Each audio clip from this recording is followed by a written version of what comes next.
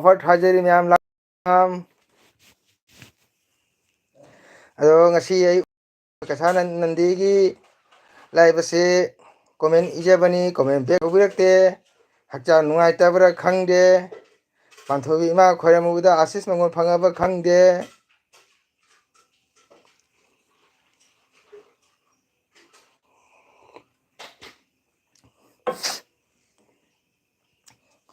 aigi ichan nungsirabi anu lakpiro nabung mangona puja gi damakta ngaijari live ta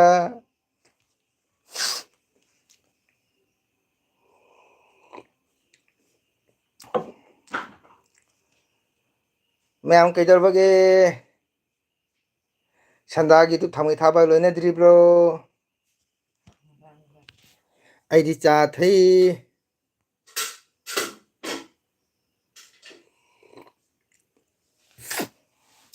चा लोलबदी लोंबिबनो आई दुम लांजरगे thank you Amrita Devi thank you थागतचरी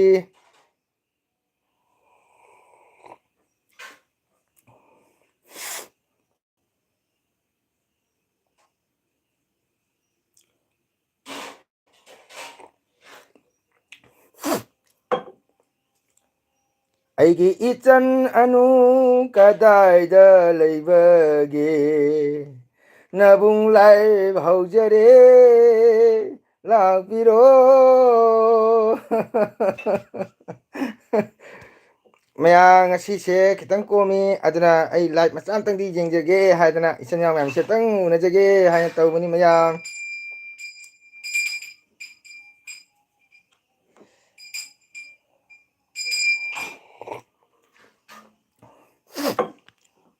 Amita नंग दुर्गा पूजा फिरोन लेरब्रो पूजा कराय कराय कोइगदौरी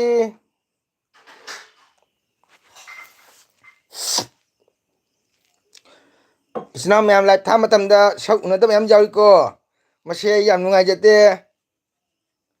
मसक्ति उदे अखोगी कयतरे तमला लाई भूत तमनब दुमाइना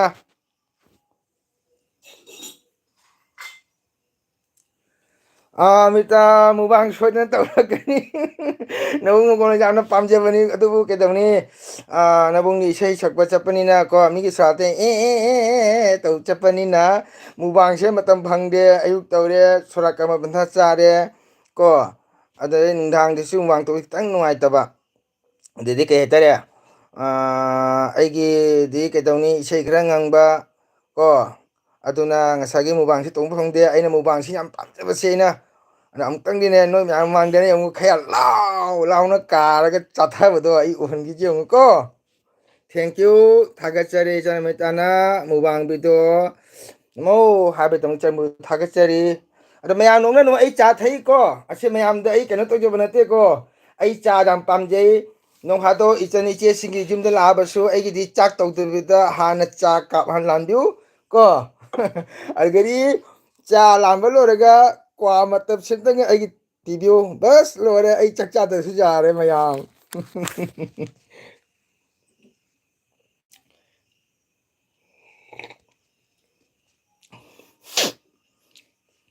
मैम इचिनाव नुसिरबा इचे चन इतेमा करिगुंबा ननाव मंगोलगी नबुंग नबुंगी लाइव से उरम तारगदी लेंथोकपिरो ओ खौरांना ngaiduna leijari lakbirone icen ice itema wana wana live tawjabani silchadagi halaklaga इचंगी बेमा अनु नंगो कराई मफमद लैख्रबगे कबो पुरम पांख्रबरा नबुंग कका लाइनी मयाम वरनु पूजाने सुम गतन ngai थोपनी को मयाम कई माजु उदे ने कइना तेलहैबा साधुपम थैंक यू तेलहैबा थागतचरी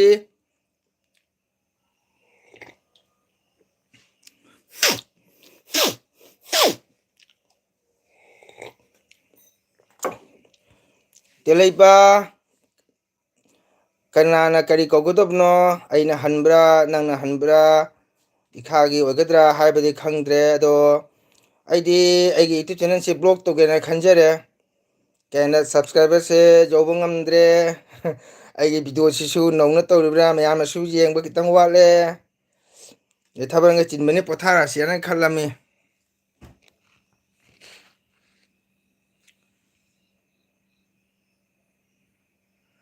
ꯑꯗꯣ ꯃꯌꯥꯝ ꯑꯩꯅ ꯀꯣꯃꯦꯟ ꯄꯥꯕ ꯃꯇꯝꯗ ꯑꯩ ꯃꯣꯕꯥꯏꯜꯁꯦꯀꯣ ꯂꯥꯏꯕꯛ ꯊꯤꯕꯗꯒꯤ ꯅꯍꯥꯟ ꯇꯥꯔꯨꯕꯗꯒꯤ ꯗꯤꯁꯄ꯭ꯂꯦꯁꯦ ꯈꯔ ꯃꯝꯃꯦ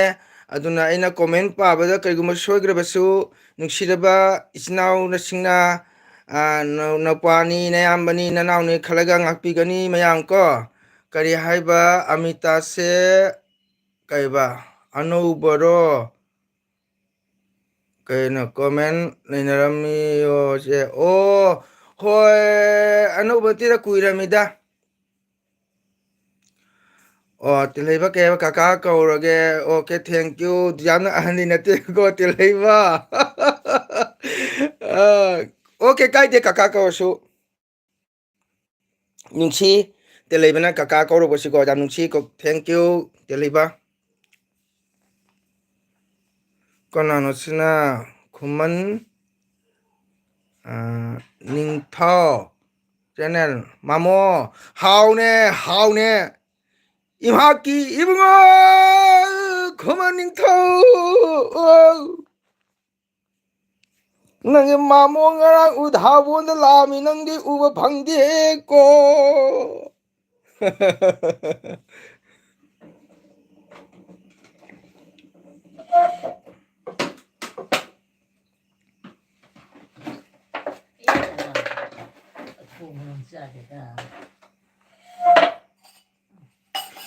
ꯀꯔꯤ ꯍꯥꯏꯅꯁꯦ ꯑꯩꯒꯤ ꯏꯃꯥꯆꯧꯁꯨ ꯍꯛꯆꯥꯡ ꯀꯩꯕ ꯍꯛꯆꯥꯡ ꯄꯣꯡꯈꯥꯡ ꯂꯩꯍꯧꯔꯒꯅꯤ ꯏꯃꯥꯆꯧꯕ ꯀꯔꯤ ꯋꯥꯅꯣ ꯍꯛꯆꯥꯡ ꯄꯣꯡꯈꯥꯡꯗꯣ ꯍꯧꯖꯤꯛ ꯑꯩꯈꯣꯏꯒꯤ ꯅꯠꯇꯦꯍꯦ ꯃꯌꯥꯝ ꯋꯥꯠꯂꯤ ꯑꯩꯈꯣꯏꯒꯤꯗꯤ ꯍꯧꯖꯤꯛ ꯀꯔꯤ ꯍꯥꯏ ꯂꯥꯛꯑꯣ ꯂꯥꯛꯑꯣ ꯁꯕꯤ ꯁꯅꯧ ꯁꯤꯀꯣ ꯁꯕꯤ ꯁꯅꯧ ꯑꯗꯨꯃꯥꯏꯅ ꯍꯥꯏꯒꯗꯕ ꯍꯧꯖꯤꯛ ꯍꯛꯆꯥꯡ ꯄꯣꯡꯈꯥꯡ ꯅꯠꯇꯦꯀꯣ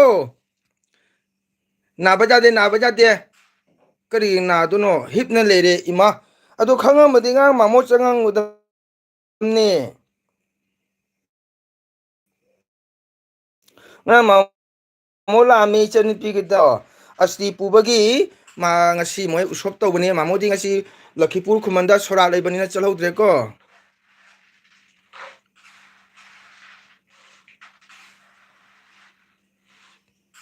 ꯑꯣ ꯍꯛꯆꯥꯡ ꯄꯣꯡꯈꯥꯡ ꯂꯩꯍꯧꯒꯅꯤ ꯍꯥꯏꯕ ꯏꯁꯩꯗꯣ ꯅꯪ ꯌꯥꯝ ꯄꯥꯝꯖꯕ꯭ꯔꯥꯅꯦ ꯍꯥꯏꯌꯨꯅꯦ ꯍꯥꯏꯌꯨ ꯅꯪ ꯄꯥꯝꯕ꯭ꯔꯣ ꯏꯁꯩ ꯌꯥꯝ ꯅꯨꯡꯁꯤꯕ ꯅꯪꯅ ꯄꯥꯝꯖꯕ꯭ꯔꯥ ꯍꯥꯏꯕ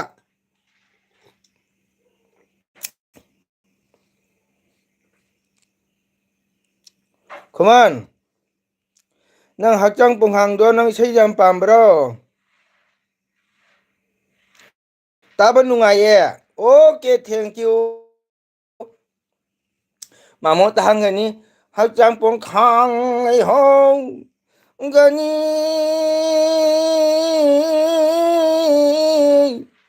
ꯊꯋꯥꯏ ꯆꯦꯛꯂꯥ ꯄꯥꯏꯈꯤꯒꯅꯤ ꯍꯛꯆꯥꯡ ꯄꯣꯂꯥꯡ ꯂꯩꯍꯧꯒꯅꯤ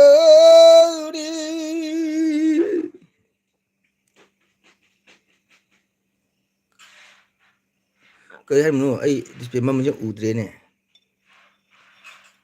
ꯀꯩ ꯍꯥꯏꯕ ꯈꯖꯜ ꯂꯩꯔꯛꯄꯣ ꯍꯥ ꯈꯖꯜ ꯂꯩꯔꯛꯄꯣ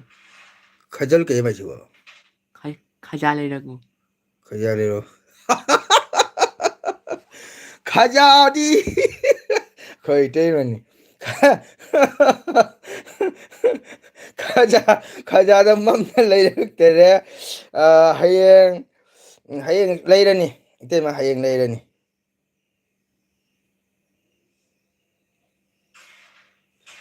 ꯑꯣ ꯑꯩꯒꯤ ꯏꯆꯟ ꯑꯅꯨ ꯂꯥꯛꯑꯦ ꯌꯦꯡꯂꯝꯃꯤꯅꯤ ꯑꯗꯨꯒ ꯂꯥꯏꯔꯤꯛꯁꯨ ꯂꯩꯔꯝꯃꯦ ꯑꯣꯀꯦ ꯑꯣꯀꯦ ꯏꯃꯥ ꯏꯄꯦꯝꯃ ꯏꯕꯨꯡꯅ ꯉꯁꯥꯏꯗꯒꯤ ꯍꯧꯕꯗꯤ ꯅꯪ ꯉꯥꯏꯕꯅꯤ ꯑꯩꯒꯤ ꯏꯆꯟ ꯑꯅꯨ ꯑꯩꯒꯤ ꯏꯆꯟ ꯑꯅꯨ ꯍꯥꯏꯅ ꯂꯥꯛꯑꯦꯗꯅ ꯏꯆꯟꯁꯤꯗꯤ ꯃꯌꯥꯝ ꯑꯩꯒꯤ ꯏꯃꯥꯛ ꯈꯨꯃꯟ ꯅꯤꯡꯊꯧꯗꯣ ꯃꯁꯥ ꯅꯨꯡꯉꯥꯏꯇꯦ ꯃꯌꯥꯝꯅ ꯊꯨꯅ ꯖꯥꯅ ꯐꯕꯤꯔꯣ ꯍꯥꯏꯅ ꯍꯥꯏꯌꯨꯀꯣ ꯍꯌꯦꯡ ꯏꯁꯩ ꯗꯨꯔꯒꯥ ꯄꯨꯖꯥ ꯀꯣꯏꯕ ꯉꯝꯅꯕꯒꯤ ꯑꯩꯒꯤ ꯏꯃꯥ ꯏꯄꯥ ꯈꯨꯃꯟ ꯍꯥꯏꯕ ꯃꯥꯃꯣ ꯏꯁꯩꯗꯤ ꯐꯨꯜ ꯁꯛꯄꯤꯔꯛꯎ ꯃꯥꯃꯣ ꯏꯁꯩꯗꯣ ꯑꯣ ꯑꯗꯣ ꯃꯥꯃꯣꯅ ꯀꯣꯃꯦꯟ ꯄꯥꯕꯁꯤ ꯈꯤꯇꯪ ꯅꯨꯡꯉꯥꯏꯇ꯭ꯔꯦ ꯃꯥꯃꯣꯒꯤ ꯃꯣꯕꯥꯏꯜꯁꯦ ꯗꯤꯁꯄ꯭ꯂꯦꯁꯦ ꯌꯥꯗ꯭ꯔꯦ ꯅꯍꯥꯟꯃꯨꯛ ꯇꯥꯔꯨꯕꯗꯩꯀꯣ ꯌꯥꯝꯅ ꯃꯥꯃꯣ ꯊꯃꯣꯏ ꯅꯨꯡꯉꯥꯏꯇ꯭ꯔꯦ ꯄꯩꯁꯥꯁꯨ ꯂꯩꯇ꯭ꯔꯦ ꯃꯥꯃꯣꯒꯤ ꯀꯃꯥꯏꯅ ꯇꯧꯗꯣꯏꯅꯣ ꯀꯀꯥ ꯇꯥꯃꯣ ꯄꯨꯖꯥꯒꯤ ꯏꯁꯩ ꯄ꯭ꯔꯣꯒ꯭ꯔꯥꯝ ꯂꯧꯗꯣ ꯑꯣ ꯏꯆꯟꯅꯅꯣ ꯗꯨꯔꯒꯥ ꯄꯨꯖꯥꯁꯦ ꯀꯀꯥ ꯂꯧꯗ꯭ꯔꯦ ꯍꯥꯏꯗꯤ ꯁꯣꯔꯥꯠ ꯏꯁꯩ ꯕꯥꯇꯣꯟ ꯌꯥꯝꯅ ꯂꯩꯌꯦꯕꯀꯣ ꯑꯗꯨꯅ ꯑꯩ ꯁꯣꯔꯥꯠ ꯕꯥꯇꯣꯟ ꯁꯣꯔꯤ ꯗꯨꯔꯒꯥ ꯄꯨꯖꯥꯒꯤ ꯕꯥꯇꯣꯟ ꯂꯩꯗ꯭ꯔꯦ ꯕꯥꯇꯣꯟꯗꯣ ꯖꯥꯔꯤꯕꯣꯟꯗꯩꯁꯨ ꯂꯥꯛꯑꯝꯃꯤ ꯒ꯭ꯋꯥꯟꯖꯨꯗꯩꯁꯨ ꯂꯥꯛꯑꯝꯃꯤ ꯃꯗꯩ ꯀꯁꯥꯔ ꯂꯛꯈꯤꯄꯨꯔꯗꯩꯁꯨ ꯂꯥꯛꯑꯝꯃꯤ ꯀꯁꯥꯔ ꯁꯤꯕꯥꯗꯩꯁꯨ ꯂꯥꯛꯑꯝꯃꯤ ꯀꯣ ꯑꯗꯣ ꯀꯁꯥꯔ ꯏꯠꯈꯨꯂꯥꯗꯩꯁꯨ ꯂꯥꯛꯑꯝꯃꯤ ꯀꯁꯥꯔ ꯔꯣꯡꯄꯨꯗꯩꯁꯨ ꯂꯥꯛꯑꯝꯃꯤ ꯀꯀꯥ ꯀꯨꯝꯁꯤ ꯂꯧꯗ꯭ꯔꯦ ꯃꯤꯒꯤ ꯁꯣꯔꯥꯠ ꯃꯗꯒꯤ ꯐꯤꯔꯣꯏ ꯕꯥꯇꯣꯟ ꯂꯧꯔꯨꯕꯀꯣ ꯑꯗꯨꯅ ꯂꯧꯗ꯭ꯔꯦ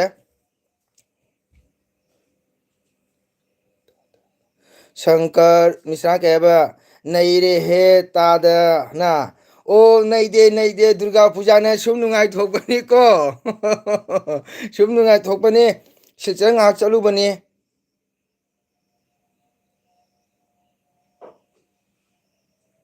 ꯀꯔꯤ ꯍꯥꯏꯕ ꯍꯜꯂꯛꯄꯗ ꯌꯦꯡꯉꯨꯀꯣ ꯃꯅꯤꯡꯗ ꯃꯤ ꯏꯟꯅꯔꯛꯀꯅꯤ ꯑꯣ ꯃꯅꯤꯡꯗ ꯃꯤ ꯏꯟꯅꯔꯣꯏ ꯉꯁꯤ ꯃꯅꯤꯡꯗ ꯑꯩꯒꯤ ꯏꯆꯥ ꯅꯤꯄꯥ ꯑꯃ ꯌꯥꯎꯔꯤ ꯁꯥꯟꯇꯖꯤꯠ ꯁꯔꯃ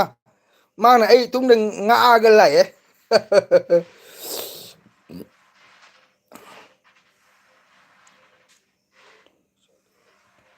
ꯑꯪꯀꯝ ꯍꯥꯏꯔꯦ ꯏꯃꯥꯆꯧꯕꯁꯤꯅ ꯍꯛꯆꯥꯡ ꯄꯣꯈꯥꯡꯒꯤꯗꯣ ꯏꯁꯩꯗꯣ ꯐꯨꯜ ꯁꯛꯄꯤꯔꯣ ꯍꯥꯏꯔꯦ ꯑꯣ ꯏꯁꯩ ꯑꯩ ꯁꯅꯥꯅꯤ ꯌꯦ ꯁꯅꯥꯅꯤꯌꯦ ꯑꯣ ꯁꯅꯥ ꯑꯣ ꯑꯩꯁꯨ ꯈꯜꯂꯅꯤꯅꯤ ꯄꯨꯖꯥ ꯀꯣꯏꯕꯗꯨꯕꯨ ꯏꯁꯩ ꯂꯧꯗ꯭ꯔꯖꯥꯠꯂꯥ ꯍꯥꯏꯅ ꯍꯣꯏ ꯃꯅꯦ ꯄꯨꯖꯥꯅꯤ ꯏꯁꯩ ꯂꯧꯗ꯭ꯔꯦ ꯏꯆꯟ ꯑꯅꯨ ꯀꯀꯥ ꯇꯥꯃꯣꯗ ꯀꯨꯝꯁꯤ ꯏꯁꯩ ꯂꯧꯗ꯭ꯔꯦꯀꯣ ꯁꯣꯔꯥꯠ ꯕꯥꯇꯣꯟ ꯂꯩꯕꯗꯨꯅꯅꯦ ꯍꯟꯗꯛ ꯕꯥꯇꯣꯟ ꯂꯧꯗ꯭ꯔꯦ ꯑꯣ ꯍꯣꯏꯅꯦ ꯏꯆꯟ ꯑꯅꯨꯅ ꯍꯪꯉꯦ ꯆꯦꯡꯊꯧ ꯍꯤꯗꯥꯛ ꯆꯥꯗ꯭ꯔꯦ ꯍꯥꯏꯅ ꯀꯔꯤ ꯍꯥꯏꯕ ꯑꯩꯈꯣꯏ ꯁꯪꯒꯝ ꯃꯤꯁ꯭ꯔꯥꯅ ꯐꯖꯕꯅ ꯂꯣꯏꯔꯦꯍꯦ ꯊꯦꯡꯀ꯭ꯌꯨ ꯑꯩꯕꯨ ꯐꯖꯕ꯭ꯔꯥꯅꯦ ꯁꯪꯀꯔ ꯃꯌꯥꯝꯅ ꯑꯩꯕꯨ ꯑꯍꯟ ꯃꯥꯜꯂꯤ ꯍꯥꯏꯌꯦ ꯃꯌꯥꯝꯅ ꯑꯩꯕꯨ ꯑꯍꯟ ꯃꯥꯜꯂꯤꯇ ꯍꯥꯏꯌꯦ ꯅꯪꯅ ꯐꯖꯩ ꯊꯥꯒꯠꯂꯤ ꯊꯥꯒꯠꯆꯔꯤ ꯑꯩ ꯐꯖꯩ ꯇꯥ ꯅꯨꯡꯉꯥꯏꯍꯦ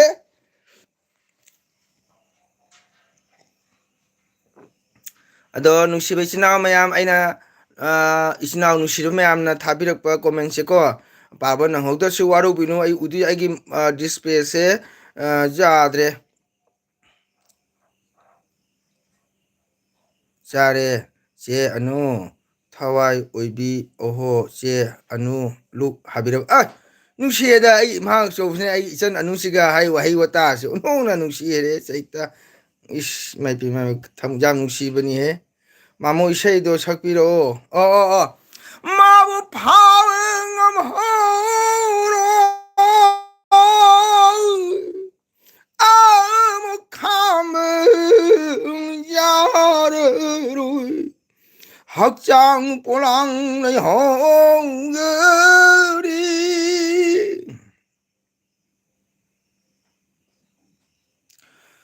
ꯀꯀꯥ ꯇꯥꯃꯣ ꯏꯐꯥꯎ ꯀꯀꯥ ꯇꯥꯃꯣ ꯀꯧꯋꯦ ꯍꯣꯏ ꯍꯥꯎꯅꯦ ꯗꯤꯁꯄ꯭ꯂꯦ ꯍꯤꯒꯣꯛ ꯀꯥꯏ ꯗꯤꯁꯄ꯭ꯂꯦ ꯍꯤꯒꯣꯛ ꯀꯥꯏ ꯍꯥꯏ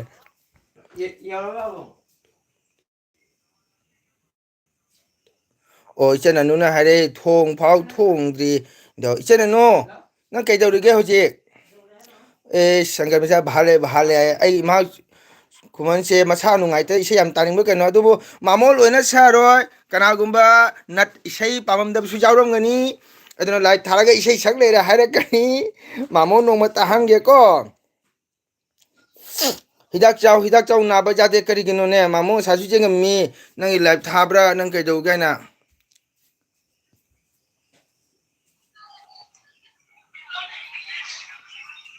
ꯍꯣꯏ ꯏꯆꯟ ꯑꯅꯨ ꯀꯥꯏꯗꯦꯗ ꯀꯀꯥ ꯇꯥꯃꯣ ꯊꯃꯣꯏ ꯅꯍꯥ ꯑꯣꯏ ꯊꯃꯣꯏꯗꯤ ꯌꯥꯝ ꯅꯍꯥꯅꯤꯌꯦ ꯏꯆꯟ ꯀꯀꯥ ꯊꯃꯣꯏꯁꯤꯗꯤꯅꯦ ꯅꯪ ꯑꯩꯅ ꯁꯨꯄꯔꯅꯤ ꯄꯨꯔꯥ ꯁꯨꯄꯔꯁꯤ ꯎꯄꯔꯗ ꯂꯩꯔꯤꯅꯤ ꯅꯍꯥ ꯑꯣꯏꯅꯤꯡꯕꯅꯀꯣ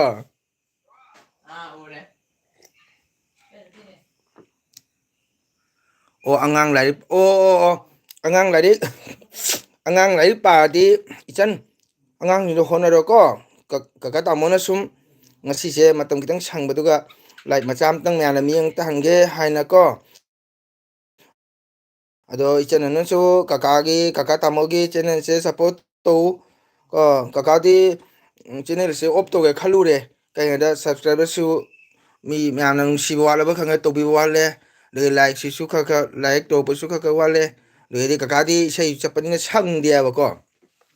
ꯑꯩꯅ ꯚꯤꯗꯤꯑꯣ ꯊꯥꯡꯒꯠꯂꯤꯁꯦ ꯀꯀꯥ ꯋꯥ ꯍꯥꯏꯒꯦ ꯒꯥꯔꯤ ꯊꯧꯅ ꯚꯤꯗꯤꯑꯣ ꯂꯧꯅꯤꯡꯉꯤ ꯀꯣ ꯑꯩꯅ ꯏꯆꯤꯟ ꯏꯅꯥꯎ ꯅꯣꯏ ꯃꯌꯥꯝꯁꯦ ꯎꯅꯅꯤꯡꯕ ꯇꯥꯅꯤꯡꯕ ꯅꯣꯏ ꯃꯌꯥꯝꯒꯤ ꯚꯤꯗꯤꯑꯣꯁꯨ ꯎꯔꯒ ꯍꯔꯥꯎꯖꯕ ꯅꯨꯡꯉꯥꯏꯖꯕ ꯏꯁꯩ ꯋꯥꯅ ꯆꯠꯂꯨꯁꯨꯀꯣ ꯅꯣꯏꯒꯤ ꯀꯣꯃꯦꯟꯁꯦ ꯄꯥꯔꯒ ꯅꯨꯡꯉꯥꯏꯖꯕ ꯍꯥꯏꯇꯥꯔꯦ ꯑꯋꯥ ꯑꯅꯥ ꯀꯥꯎꯕꯗꯣ ꯃꯗꯨꯒ ꯇꯧꯕꯅꯦ ꯃꯥꯃꯣ ꯍꯧꯖꯤꯛ ꯈꯪꯉꯦ ꯃꯣꯗꯦꯜ ꯁꯣꯡ ꯑꯣꯏꯅ ꯁꯛꯄꯤꯔꯣ ꯄꯥꯈꯪ ꯂꯩꯁꯥꯕꯤ ꯏꯁꯩ ꯑꯣꯏꯅ ꯁꯛꯄꯤꯔꯣ ꯃꯥꯃꯣꯗꯤ ꯄꯥꯈꯪ ꯂꯩꯁꯥꯕꯤ ꯏꯁꯩꯁꯦ ꯍꯩꯇꯦꯅꯦ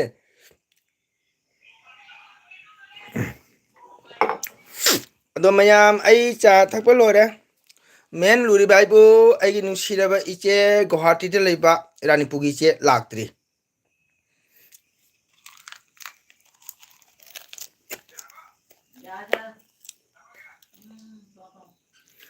ꯁꯪꯀꯔ ꯃꯤꯁꯥꯅ ꯍꯥꯏꯌꯦ ꯏꯁꯩꯗꯣ ꯐꯖꯕ ꯃꯇꯦꯛ ꯑꯃꯠꯇꯒ ꯁꯛꯄꯤꯔꯣ ꯌꯥꯝꯅ ꯐꯖꯩꯌꯦ ꯊꯥꯒꯠꯆꯔꯤ ꯁꯪꯀꯔ ꯊꯥꯒꯠꯆꯔꯤ ꯏꯁꯩꯗꯣ ꯁꯛ ꯃꯤꯅ ꯇꯥꯅꯤꯡꯉꯣꯏꯗ꯭ꯔꯥꯅ ꯁꯛꯇꯕꯅꯤꯀꯣ ꯋꯥꯔꯧꯅꯨ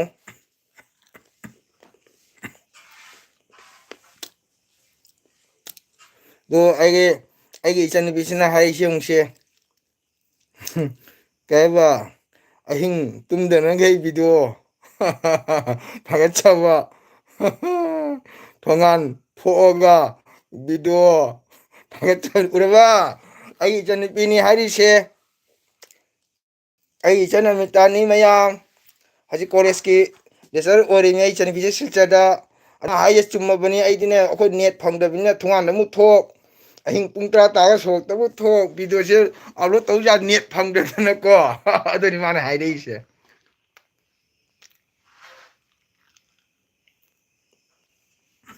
ꯏꯆꯟ ꯑꯅꯨꯁꯤꯅ ꯍꯥꯏꯔꯛꯑꯦ ꯃꯕꯨꯡꯗ ꯑꯩꯈꯣꯏꯗꯤ ꯅꯍꯥꯟꯗꯒꯤ ꯁꯞꯄꯣꯔꯠ ꯇꯧꯔꯤꯁꯤꯅꯤ ꯍꯥꯏꯅ ꯑꯣꯀꯦ ꯏꯆꯟ ꯑꯅꯨ ꯊꯥꯒꯠꯆꯔꯤ ꯅꯕꯨꯡꯅ ꯁꯨꯝ ꯅꯨꯡꯁꯤꯅ ꯍꯥꯏꯕꯅꯤꯗ ꯏꯆꯟꯗꯀꯣ ꯃꯤꯉꯣꯟꯗꯗꯤ ꯍꯥꯏꯕ ꯌꯥꯕ ꯄꯣꯟꯇꯦꯗ ꯏꯆꯟꯗ ꯁꯨꯝ ꯍꯥꯏꯔꯤꯃꯤ ꯅꯨꯡꯁꯤꯗꯅ ꯑꯣ ꯒꯨꯋꯥꯍꯥꯇꯤꯗꯒꯤ ꯏꯆꯦ ꯂꯥꯛꯑꯦ ꯑꯩꯁꯨ ꯂꯥꯛꯑꯦ ꯏꯆꯦ ꯅꯨꯄꯥꯅ ꯉꯁꯥꯏ ꯍꯥꯏꯕꯅꯦ ꯑꯩ ꯒꯨꯋꯥꯍꯥꯇꯤꯒꯤ ꯏꯆꯦ ꯂꯥꯛꯇ꯭ꯔꯤ ꯔꯥꯅꯤꯄꯨꯔꯒꯤ ꯍꯥꯏꯅ ꯍꯥꯏꯕ ꯑꯣ ꯑꯩ ꯏꯆꯟ ꯑꯅꯨꯅ ꯍꯥꯏꯔꯛꯑꯦ ꯆꯥꯛ ꯊꯣꯡꯕꯗꯤ ꯊꯣꯡꯉꯦ ꯄꯨꯡ 11ꯗꯒꯤ ꯊꯣꯡꯉꯅꯤ ꯑꯣ ꯍꯣꯏ ꯑꯉꯥꯡꯁꯤꯡ ꯂꯥꯏꯔꯤꯛ ꯄꯥꯕ ꯂꯣꯏꯔꯒ ꯇꯞꯅ ꯊꯣꯡꯉꯣ ꯑꯩ ꯅꯦꯠ ꯂꯣꯏꯔꯦ ꯗꯨꯀꯥꯟꯗꯅꯤ ꯑꯣ ꯏꯆꯦ ꯗꯨꯀꯥꯟꯁꯦ ꯏꯆꯦ ꯑꯃꯨꯛ ꯑꯃꯝꯕꯗꯒ ꯈꯨꯕꯤ ꯄꯤꯔꯦ ꯊꯦꯡꯀ꯭ꯌꯨ ꯏꯆꯦ ꯏꯆꯦꯒꯤ ꯈꯨꯕꯤ ꯇꯨꯠꯇꯣꯏꯅꯤꯅꯦ ꯉꯥꯏꯖꯔꯤꯁꯦ ꯉꯁꯥꯏꯗꯒꯤ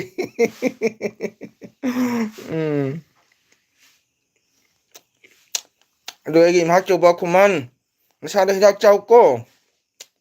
ꯅꯪꯅ ꯅꯣꯛꯄ ꯈꯦꯕꯗꯣ ꯃꯥꯃꯣ ꯌꯥꯝ ꯅꯨꯡꯉꯥꯏꯌꯦ ꯉꯔꯥꯡꯁꯨ ꯍꯥꯏꯔꯝꯃꯤꯃꯤ ꯎꯗꯥꯕꯣꯟꯗ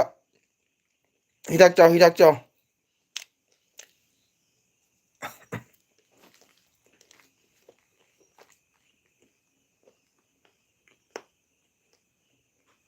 ꯑꯣ ꯏꯆꯦꯅ ꯍꯥꯏꯕ ꯌꯨꯝꯗꯗꯤ ꯖꯤꯑꯣꯅꯤ ꯑꯗꯣ ꯑꯗꯨꯅ ꯅꯦꯠ ꯅꯨꯡꯉꯥꯏꯌꯦ ꯑꯣ ꯑꯣ ꯍꯣꯏ ꯏꯆꯦ ꯑꯩꯗꯤ ꯏꯆꯦ ꯅꯦꯠ ꯅꯨꯡꯉꯥꯏꯇꯦ ꯖꯤꯑꯣꯁꯦ ꯑꯗꯨꯅ ꯌꯨꯝꯗ ꯆꯪꯉ ꯅꯦꯠ ꯑꯝꯇ ꯐꯪꯗꯦ ꯑꯗ ꯉꯁꯥꯏ ꯏꯆꯟꯅꯨꯄꯤ ꯑꯃꯤꯇꯥꯅ ꯍꯥꯏꯔꯛꯏꯗꯣꯏꯅꯤꯗꯣ ꯑꯍꯤꯡꯗ ꯃꯄꯥꯟꯅ ꯊꯣꯛꯏ ꯁꯣꯔꯒ ꯊꯣꯛꯑꯒ ꯚꯤꯗꯤꯑꯣ ꯑꯞꯂꯣꯗ ꯇꯧꯔꯤꯃꯤꯅ ꯍꯥꯏꯗꯣ ꯑꯆꯨꯝꯕꯅꯤ ꯏꯆꯦ ꯎ ꯋꯥ ꯌꯥꯝ ꯍꯧꯔꯦ ꯑꯩꯈꯣꯏ ꯈꯨꯜꯂꯛꯅꯤꯅ ꯎ ꯋꯥ ꯌꯥꯝ ꯍꯧꯕꯅꯤꯅꯀꯣ ꯋꯥꯈꯣꯡ ꯁꯦꯅꯕꯤ ꯑꯗꯒꯤꯗꯤ ꯑꯩꯈꯣꯏ ꯇꯥꯗꯣꯏꯁꯨ ꯋꯥ ꯂꯩ ꯑꯩꯈꯣꯏ ꯇꯥꯗꯣꯏ ꯕꯤꯜꯗꯤꯡ ꯂꯩꯁꯜꯂꯦ ꯑꯩꯅ ꯃꯌꯥꯏꯗ ꯅꯥꯀꯟ ꯑꯣꯏꯖꯦꯠꯇ ꯎ ꯋꯥꯗꯨꯅ ꯉꯁꯥꯏꯒꯤ ꯅꯦꯠ ꯐꯪꯗꯕ ꯍꯥꯏꯇꯥꯔꯦ ꯏꯆꯦ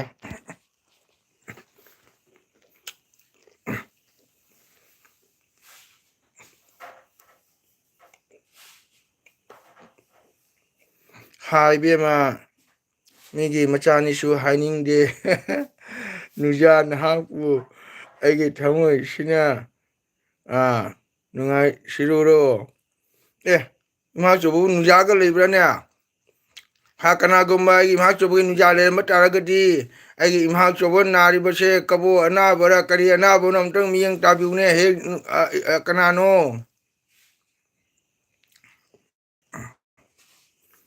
ꯖꯤꯑꯣ ꯐ꯭ꯔꯕꯥ ꯌꯨꯝꯗ ꯗꯨꯀꯥꯟꯗꯅ ꯅꯦꯠ ꯍꯣ ꯈꯨꯃꯟ ꯄꯨꯖꯥꯗ ꯍꯛꯆꯥꯡ ꯉꯝꯗꯕ ꯌꯥꯗꯦ ꯍꯤꯗꯥꯛ ꯆꯥꯎ ꯌꯦꯡꯅ ꯐꯔꯣ ꯊꯦꯡꯀ꯭ꯌꯨ ꯑꯩꯒꯤ ꯏꯆꯟ ꯑꯩꯒꯤ ꯏꯃꯥ ꯈꯨꯃꯟꯕꯨ ꯌꯥꯝ ꯊꯥꯒꯠꯄꯤꯔꯦ ꯍꯤꯗꯥꯛ ꯆꯥꯎ ꯗꯨꯔꯒꯥ ꯄꯨꯖꯥ ꯀꯣꯏꯅꯕ ꯍꯥꯏꯅ ꯑꯩ ꯏꯆꯟ ꯀꯗꯥꯏꯗ ꯀꯣꯏꯅꯤ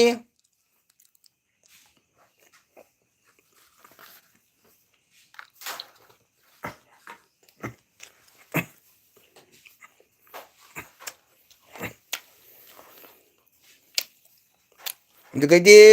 ꯑꯩꯒꯤ ꯌꯨꯇ꯭ꯌꯨꯕ ꯆꯦꯅꯦꯜꯁꯦ ꯍꯥꯡꯉꯛꯄꯒ ꯌꯥꯝꯅ ꯁꯞꯄꯣꯔꯠ ꯇꯧꯕꯤꯕ ꯁꯞꯄꯣꯔꯠꯄꯨꯗꯤ ꯃꯌꯥꯝꯁꯨ ꯂꯣꯏ ꯁꯞꯄꯣꯔꯠ ꯇꯧꯕꯤꯔꯛꯏꯀꯣ ꯑꯩ ꯃꯌꯥꯝ ꯋꯥꯔꯧꯕꯤꯅꯨ ꯏꯆꯤꯟ ꯏꯅꯥꯎ ꯏꯆꯦ ꯏꯆꯟ ꯏꯇꯩꯃ ꯂꯣꯏꯅ ꯁꯞꯄꯣꯔꯠ ꯇꯧꯔꯛꯏ ꯑꯗꯨꯕꯨ ꯌꯥꯝꯅ ꯃꯧꯄ꯭ꯋꯥꯕꯨ ꯌꯥꯝ ꯅꯨꯡꯁꯤꯖꯕ ꯃꯅꯥꯎ ꯌꯥꯝ ꯅꯨꯡꯁꯤꯖꯕ ꯑꯩꯈꯣꯏꯒꯤ ꯑꯁꯥꯝ ꯍꯣꯖꯥꯒꯤ ꯑꯩꯈꯣꯏꯒꯤ ꯄꯥꯔꯤ ꯏꯃꯣꯝ ꯏꯇꯩꯃ ꯂꯥꯛꯇ꯭ꯔꯤ ꯃꯇꯝ ꯄꯨꯝꯅꯃꯛ ꯃꯧꯄ꯭ꯋꯥꯕꯨ ꯃꯅꯥꯎꯕꯨ ꯌꯥꯝꯅ ꯁꯞꯄꯣꯔꯠ ꯇꯧꯕꯤ ꯏꯇꯩꯃꯅꯀꯣ ꯑꯩꯗꯤ ꯌꯥꯝ ꯅꯨꯡꯁꯤꯖꯩ ꯑꯩꯒꯤ ꯏꯇꯩꯃꯃꯛꯅꯦ ꯍꯥꯏꯅ ꯈꯟꯖꯩ ꯀꯣ ꯃꯇꯝ ꯄꯨꯝꯕꯗ ꯃꯅꯥꯎꯒꯤ ꯆꯦꯅꯦꯜꯁꯤ ꯌꯥꯝ ꯃꯤꯠꯌꯦꯡ ꯇꯥꯏ ꯃꯇꯝ ꯄꯨꯝꯅꯃꯛꯅ ꯌꯥꯝꯅ ꯁꯞꯄꯣꯔꯠ ꯇꯧꯕꯤ ꯑꯩꯒꯤ ꯄꯥꯔꯤ ꯏꯃꯣꯝ ꯍꯥꯟꯅ ꯄꯥꯔꯤ ꯏꯃꯣꯝ ꯃꯨꯕꯥꯡ ꯍꯥꯏꯔꯝꯃꯤ ꯍꯧꯖꯤꯛꯇꯤ ꯄꯥꯔꯤ ꯏꯃꯣꯝ ꯍꯥꯏꯅ ꯍꯥꯏꯈ꯭ꯔꯦ ꯏꯇꯩꯃꯅ ꯑꯗꯣ ꯃꯌꯥꯝ ꯍꯟꯅꯤꯡꯉꯣ ꯃꯌꯥꯝ ꯌꯦꯡꯉꯨꯁꯦ ꯑꯩꯒꯤ ꯏꯆꯥ ꯁꯥꯟꯇꯖꯤ ꯁꯔꯃ ꯍꯥꯏ ꯑꯗꯣ ꯑꯁꯤ ꯏꯅꯥꯎ ꯑꯩ ꯏꯆꯥꯁꯦ ꯃꯥꯅ ꯍꯥꯡꯕꯤꯔꯤꯕ ꯑꯩ ꯆꯦꯅꯦꯜꯁꯦ ꯃꯌꯥꯝ ꯀꯣ ꯃꯥꯅ ꯍꯥꯡꯕꯤꯔꯤꯃꯤ 2022ꯗ ꯑꯩꯅ ꯀꯁꯥꯔ ꯀꯣꯔ ꯀꯥꯟꯗꯤꯗ ꯍꯣꯂꯤ ꯇꯥꯏ ꯏꯇꯩꯃ ꯃꯌꯥꯝ ꯑꯃ ꯃꯗꯨꯒ ꯑꯩꯅ ꯌꯨꯇ꯭ꯌꯨꯕ ꯊꯥꯡꯕ ꯃꯇꯝꯗ ꯑꯩꯒꯤ ꯀꯩꯅꯣꯁꯦ ꯑꯩꯈꯣꯏꯒꯤ ꯂꯥꯏꯐꯁꯦ ꯀꯩꯅꯣꯁꯦ ꯚꯤꯗꯤꯑꯣ ꯑꯃꯗ ꯀꯌꯥꯅꯣ ꯃꯅꯣ 1.8 ꯂꯥ 1.8 ꯂ 1.7 ꯀꯦ ꯀꯥꯕꯁꯤꯒ ꯃꯥꯅ ꯍꯥꯏ ꯑꯦꯁ ꯀꯀꯥꯒꯤꯁꯤꯗꯤ ꯌꯧꯔꯦ ꯀꯀꯥ ꯌꯨꯇ꯭ꯌꯨꯕ ꯆꯦꯅꯦꯜ ꯍꯥꯡꯕꯤꯒꯅ ꯑꯩꯒꯤ ꯏꯆꯥ ꯀꯩꯅꯣꯁꯤꯅꯀꯣ ꯃꯥꯅ ꯍꯥꯡꯕꯤꯕꯅꯤ ꯃꯌꯥꯝ ꯃꯥꯒꯤ ꯃꯇꯦꯡꯗꯒꯤꯅꯤ ꯑꯩꯅ ꯉꯁꯤ ꯌꯨꯇ꯭ꯌꯨꯕ ꯆꯦꯅꯦꯜꯗ ꯏꯆꯤꯟ ꯏꯅꯥꯎ ꯃꯌꯥꯝ ꯑꯃ ꯎꯅꯗꯅ ꯍꯔꯥꯎ ꯅꯨꯡꯉꯥꯏꯊꯣꯛꯏꯕ ꯀꯣ ꯃꯁꯦ ꯑꯩꯒꯤ ꯏꯆꯥꯁꯤꯒꯤ ꯃꯄꯥꯟꯗꯩꯅꯤ ꯑꯣ ꯑꯩ ꯏꯆꯟ ꯍꯥꯏꯔꯦ ꯑꯩꯈꯣꯏ ꯁꯤꯗꯁꯨ ꯄꯨꯖꯥ ꯇꯧꯋꯦ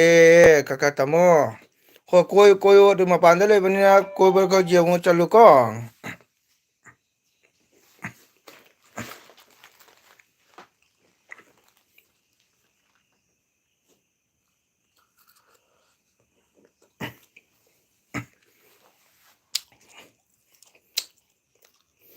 ꯑꯗꯨꯅ ꯃꯌꯥꯝ ꯑꯩꯒꯤ ꯆꯦꯅꯦꯜꯁꯦ ꯍꯥꯡꯕ ꯃꯇꯝꯗ ꯀꯅꯥꯒꯨꯝꯅ ꯍꯥꯏꯔꯛꯏ ꯚꯩꯌꯥꯖꯤ ꯍꯤꯟꯗꯤꯗ ꯈꯔ ꯉꯥꯡꯕꯤꯔꯛꯎ ꯍꯤꯟꯗꯤ ꯃꯦ ꯕꯥꯠ ꯀꯔꯣ ꯍꯥꯏꯕꯁꯨ ꯃꯌꯥꯝ ꯌꯥꯎꯔꯤꯀꯣ ꯑꯗꯨꯕꯨ ꯑꯩꯅ ꯀꯩ ꯍꯥꯏꯇꯥꯔꯦ ꯑꯩꯈꯣꯏꯒꯤ ꯃꯩꯇꯩ ꯃꯅꯤꯄꯨꯔꯤ ꯆꯦꯅꯦꯜ ꯑꯣꯏꯅ ꯍꯥꯡꯖꯕ ꯀꯣ ꯑꯁꯤꯅ ꯑꯩꯅ ꯃꯩꯇꯩꯂꯣꯟꯗꯅ ꯑꯗꯨꯝ ꯉꯥꯡꯉꯦ ꯅꯨꯡꯁꯤꯕ ꯀꯌꯥ ꯑꯗꯨꯝ ꯍꯥꯏꯔꯛꯏ ꯑꯩꯒꯤ ꯀꯣꯃꯦꯟ ꯑꯅꯨ ꯅꯤꯡꯊꯧꯒꯤ ꯀꯣꯃꯦꯟ ꯂꯩꯍꯧꯔꯦ ꯏꯍꯦ ꯏꯃꯥꯆꯧꯕ ꯋꯥꯔꯧꯅꯨꯀꯣ ꯃꯃꯣ ꯅꯥꯏꯅ ꯏꯖꯕꯗꯤ ꯏꯁꯩꯅꯤꯀꯣ ꯃꯃꯣ ꯑꯣ ꯍꯣꯏ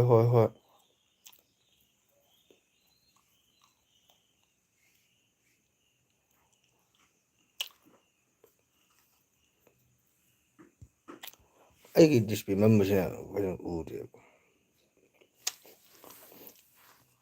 ꯉꯍꯥꯛ ꯋꯥꯔꯧꯅꯨ ꯃꯥꯃꯣꯅ ꯀꯩ ꯉꯁꯥꯏ ꯃꯥꯃꯣꯅ ꯍꯥꯏꯈꯤꯗꯨꯅꯤ ꯃꯥꯃꯣꯒꯤ ꯃꯣꯕꯥꯏꯜ ꯇꯪꯈꯥꯏ ꯑꯃ ꯗꯤꯁꯄ꯭ꯂꯦꯁꯦꯀꯣ ꯌꯥꯔꯛꯇ꯭ꯔꯦ ꯃꯣꯕꯥꯏꯜꯕꯨꯗꯤ ꯁꯤꯜꯂꯅꯤ ꯑꯗꯣ ꯀꯩꯒꯨꯝꯕ ꯄꯥꯍꯧꯗꯁꯨ ꯃꯥꯃꯣꯗ ꯋꯥꯔꯧꯅꯨꯀꯣ ꯑꯩꯒꯤ ꯀꯣꯃꯦꯟ ꯏꯆꯟ ꯀꯣꯃꯦꯟ ꯂꯩꯍꯧꯔꯦ ꯍꯥꯏꯔꯦ ꯈꯨꯃꯥꯡ ꯑꯣꯀꯦ ꯅꯣꯂꯦ ꯊꯦꯡꯀ꯭ꯌꯨ ꯃꯥꯃꯣꯅ ꯉꯥꯡꯕꯁꯤ ꯃꯥ ꯈꯪꯉꯦ ꯃꯥ ꯅꯣꯛꯂꯛꯑꯦ ꯑꯣꯀꯦ ꯑꯗꯨꯅꯤꯅ ꯃꯃꯥꯅ ꯃꯥꯃꯣ ꯅꯨꯡꯁꯤꯕ ꯍꯥꯏꯕꯗꯣ ꯃꯌꯥꯝ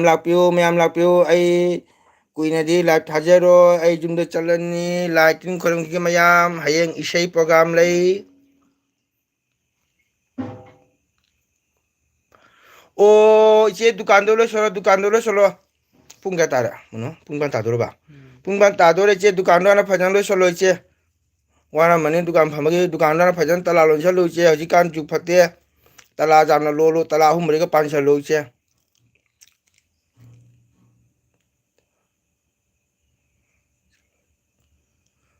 ꯑꯣ ꯉꯁꯤ ꯅꯣꯏ ꯃꯃꯥ ꯆꯠꯂꯨꯕ꯭ꯔꯣ ꯑꯣ ꯃꯥꯃꯣꯗꯤ ꯂꯥꯛꯇ꯭ꯔꯤ ꯉꯔꯥꯡ ꯂꯥꯛꯑꯝꯃꯦ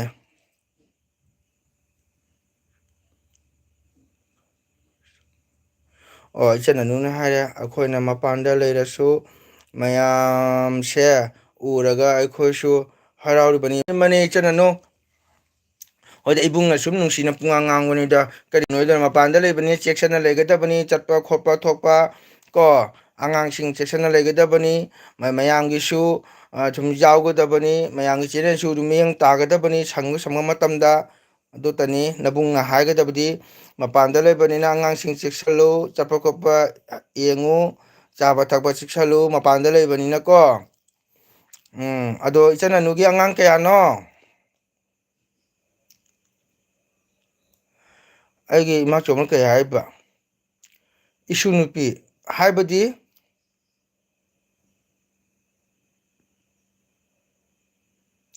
ꯏꯆꯦꯅ ꯍꯥꯏ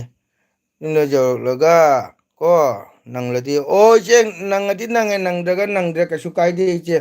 ꯏꯆꯦꯗ ꯗꯨꯀꯥꯟꯗꯨꯗ ꯅꯤꯡꯊꯤꯅ ꯐꯖꯅ ꯂꯣꯏꯁꯤꯜꯂꯝꯃꯒ ꯌꯨꯝꯗ ꯍꯜꯂꯣ ꯏꯆꯦ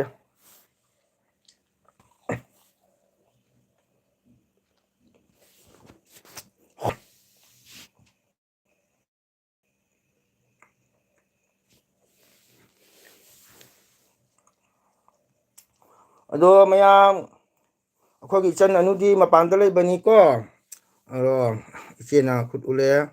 ꯑꯅꯨꯁꯤꯡꯅ ꯑꯉꯥꯡ ꯑꯅꯤꯅꯤ ꯅꯨꯄꯤ ꯑꯃ ꯅꯤꯄꯥ ꯑꯃ ꯑꯁ ꯏꯆꯟ ꯑꯅꯤꯗꯤ ꯌꯥꯝ ꯂꯥꯏꯕꯛ ꯐꯩꯅꯦ ꯅꯨꯄꯤ ꯑꯃꯒ ꯅꯤꯄꯥ ꯑꯃꯒ ꯕꯦꯔꯤꯒꯨꯗ ꯑꯗꯨꯅꯤꯗꯅ ꯀꯀꯥꯒꯤꯗꯤ ꯅꯨꯄꯤ ꯃꯠꯇ ꯀꯌꯥꯅꯣ ꯌꯦꯡꯉꯨꯁꯦ एक दो तीन चार पाँच छः ꯃꯤ ꯇꯔꯨꯛ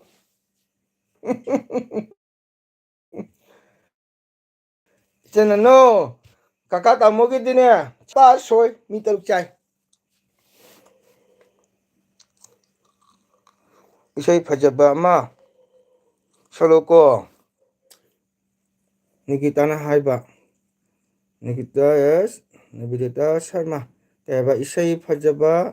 ꯑꯃ ꯁꯛꯂꯛꯑꯣ ꯀꯔꯤ ꯏꯁꯩꯅꯣ ꯅꯠ ꯏꯁꯩꯔꯥ ꯀꯔꯤꯅꯣ ꯍꯥꯏꯔꯣ ꯏꯁꯨꯅꯨꯄꯤ ꯕꯦꯝꯆꯥ ꯆꯠꯂꯣ ꯍꯣꯏ ꯍꯣꯏ ꯍꯣꯏ ꯍꯣꯏ ꯑꯩꯒꯤ ꯏꯃꯥꯆꯧꯕꯅ ꯍꯥꯏꯔꯦ ꯏꯃꯥ ꯈꯨꯃꯟꯅ ꯍꯥꯏꯔꯦ ꯏꯆꯟꯅꯨꯄꯤ ꯕꯦꯝꯆꯥ ꯆꯠꯂꯣ ꯍꯥꯏ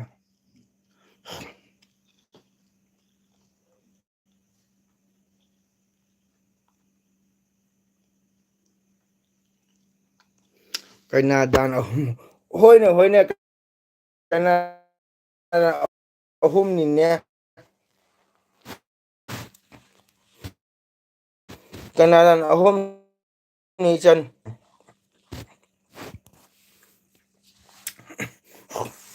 ꯃꯌꯥꯝ ꯂꯥꯛꯄꯤꯔꯣ ꯅꯨꯡꯁꯤꯔꯕ ꯏꯆꯟ ꯏꯆꯦ ꯏꯇꯩꯃ ꯃꯌꯥꯝ ꯂꯥꯛꯄꯤꯌꯣ ꯃꯪꯒꯣꯜ ꯅꯠꯇꯅ ꯌꯥꯝꯅ ꯈꯧꯔꯥꯡꯅ ꯉꯥꯏꯖꯔꯤ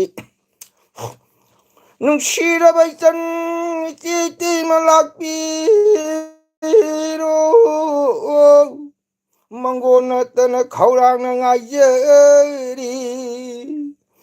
ꯗꯨꯔꯒꯥ ꯄꯨꯖꯥꯒꯤ ꯑꯣꯐꯔ ꯄꯤꯖꯒꯤ ꯈꯨꯕꯤꯅ ꯃꯝꯃꯨ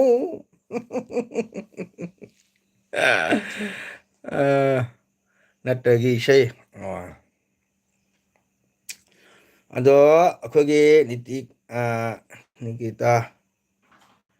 ꯑꯗꯨꯗꯤ ꯅꯕꯦꯗꯤꯇꯥ ꯁꯔꯃ ꯃꯥꯅ ꯏꯁꯩ ꯇꯥꯅꯤꯡꯉꯦ ꯑꯗꯨꯗꯤ ꯑꯩ ꯁꯛꯄꯤꯒꯦ ꯑꯩꯒꯤ ꯑꯅꯨꯅ ꯍꯥꯏꯔꯦ ꯂꯥꯏꯔꯤꯛ ꯐꯖ ꯇꯝꯍꯜꯂꯣ ꯍꯣꯏ ꯍꯣꯏ ꯍꯣꯏ ꯇꯝꯍꯜꯂꯤ ꯏꯆꯟ ꯑꯅꯨ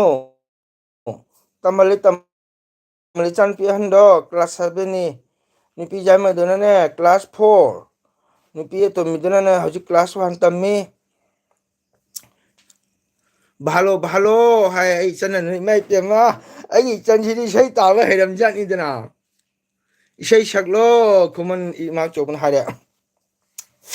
어디디 애기 이막 좁은 나리세 nga사마키 고멘다 마카나금바 마키 아마디 레이브라인 칼리 마카바 아이 삭라게 हमको हरे मामो 이세이 삭로 दना 상기 프렘나 짝르비니 와톡 짜위라다니 빵글 수술비니 민옥 짜위라다니 상기 프렘나 짝르비니 와톡 짜위라다니 애기 저는 로비타 락트리 로비타 그다지 레게 낭보 까망들 레이리브라 개신들 레이리브라 마두문들 레이리브라 바자들 레이리브라 라오 chân 로비타 칼리 칼리 키스나기 피 칼로 칼로 코링다 토나히는 짱이다 칼리 칼리 크리스나기 프렘 चंदोन गुमना हुईनी शांगे प्रेम चाल बिनी वाथुक चाविराधानी इतना उन्होंने खोयांगी उद्र गना लेंगम दिए कले कले कृष्ण प्रेम चंदोन गुमना हुईनी शांगे प्रेम न चाल बिनी वाथुक चाविराधानी ngamdre kaka tamo kaino ngamdre kaka tamo isina robita su mese masang ngamdre oh my god robita kaidoiba kaino masang ngamdino ne kaidoroge robita kamai ngamdino robita 좀 사는 ngamdre ma oh my kaidoroja kamai ngamdino ne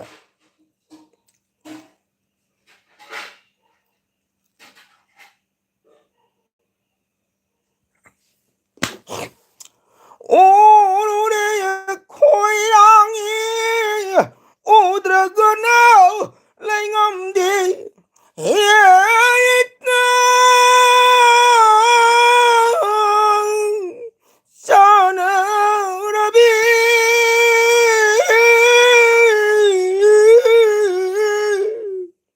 오늘의 고향이 오드라거나 랭엄디 masih kamangga gobina igani mai masuni bisni sei pamje basine kertaan pa sei mi ai sei tar mana ko apa bangang ni jam nusi malam sumoi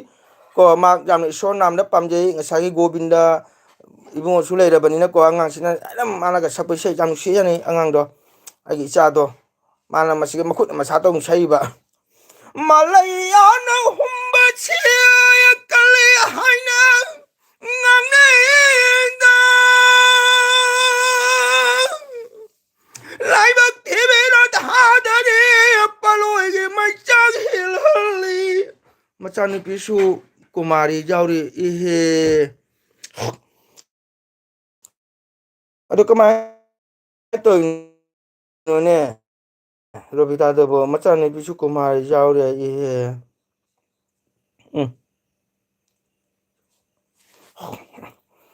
ngoài tiền này chơi là nó cái bộ lu hồng bagi chơi sao hay nang lu hồng nó cho nó tiền tam này để lu hồng chơi ta được đó nó lu orum tàu đi cả cả tamo i he o lu orum tàu rồi đi nè có cái đó họ chỉ đi đặt cái gì đó một cha bên này hai ngầm đấy thay là đi lu orum tàu rồi đi có 거기 부구띠 만나 로라 피테이 아드거디 툴라시 아무비 로라가 파트나 로라가 피테이 로룸 파라미 हजिकी मधु कनासु जाना दरे थांगना दरे थाइना अंसिंग तोरमबरी जाना फबनी हजिसु मधुकी हिदाक की मगुन मांगदी पोर मांगदी को अखोगे भुकुति मना नोमंगा मना निम मना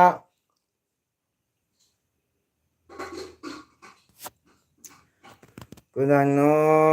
ꯑꯣꯖꯥꯕꯨ ꯂꯥꯏꯚ ꯇꯧꯔꯤꯁꯦ ꯀꯗꯥꯏꯒꯤꯅꯣ ꯑꯩꯁꯦ ꯀꯗꯥꯏꯒꯤꯅꯣ ꯅꯪ ꯃꯁꯛ ꯈꯪꯗ꯭ꯔꯗꯤ ꯑꯩ ꯍꯥꯏꯔꯔꯣꯏ ꯑꯗꯨꯁꯨ ꯐꯕꯅꯤ ꯔꯣꯕꯤꯇꯥ ꯀꯣ ꯅꯪ ꯗꯥꯛꯇꯔꯒꯤ ꯍꯤꯗꯥꯛꯁꯨ ꯆꯥꯎ ꯑꯗ ꯌꯥꯔꯒꯗꯤ ꯑꯩꯈꯣꯏꯒꯤ ꯊꯥꯏꯅꯒꯤ ꯑꯍꯟꯁꯤꯡꯅ ꯇꯧꯔꯝꯕ ꯃꯗꯨꯁꯨ ꯑꯗꯨꯝ ꯆꯥꯎ ꯐꯖꯩ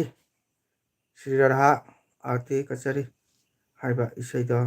ꯁꯛꯄꯤꯌꯣ ꯇꯥꯕ ꯅꯨꯡꯉꯥꯏ ꯀꯁꯥꯔ ꯀꯃꯥꯡꯉꯟꯗꯣꯏꯅꯦ ꯍꯣꯏ ꯍꯣꯏ ꯀꯁꯥꯔ ꯀꯃꯥꯡꯉꯟꯗꯣꯏꯅꯦ ꯈꯪꯉꯦ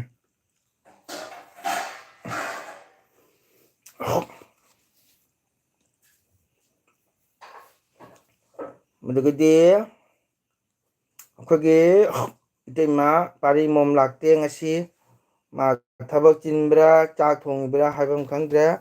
ꯑꯩꯒꯤ ꯃꯉꯥꯎꯒꯤ ꯆꯦꯅꯦꯜ ꯑꯁꯤꯒ ꯃꯤꯠꯌꯦꯡ ꯇꯥꯔꯗ꯭ꯔꯤ ꯃꯌꯥꯝ ꯂꯥꯛꯄꯤꯔꯣ ꯃꯌꯥꯝ ꯉꯁꯤ ꯃꯌꯥꯝ ꯄꯨꯖꯥꯒꯤꯅꯤ ꯃꯌꯥꯝ ꯄꯨꯖꯥꯒꯤ ꯀꯣꯏꯕ ꯂꯥꯛꯑꯣ ꯃꯌꯥꯝ ꯇꯥꯡ 22 ꯂꯛꯈꯤꯄꯨꯔꯗ ꯂꯥꯛꯀꯗ꯭ꯔꯥ ꯎꯙꯥꯕꯣꯟꯗ ꯆꯠꯀꯗ꯭ꯔꯥ ꯁꯤꯜꯆꯔꯗ ꯆꯠꯀꯗ꯭ꯔꯥ ꯃꯌꯥꯝ ꯑꯝꯇ ꯎꯅꯁꯦ ꯌꯨꯇ꯭ꯌꯨꯕ ꯆꯦꯅꯦꯜ ꯂꯩꯕ ꯏꯆꯤꯟ ꯏꯅꯥꯎ ꯑꯩꯈꯣꯏ ꯃꯌꯥꯝ ꯑꯝꯇ ꯎꯅꯁꯦ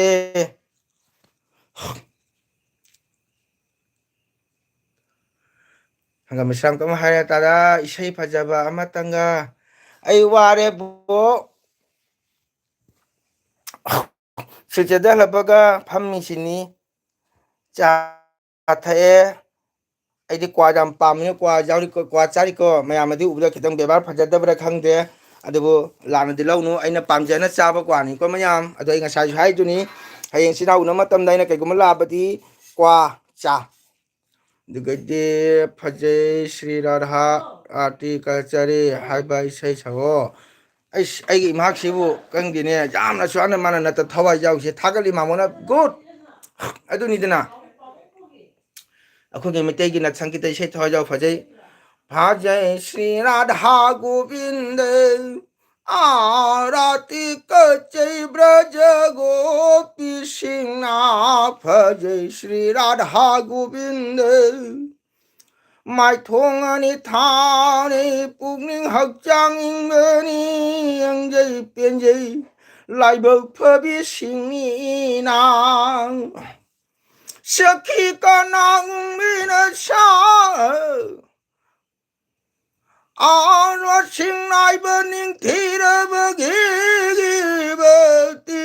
कचै हाय कुंज पुंगांगान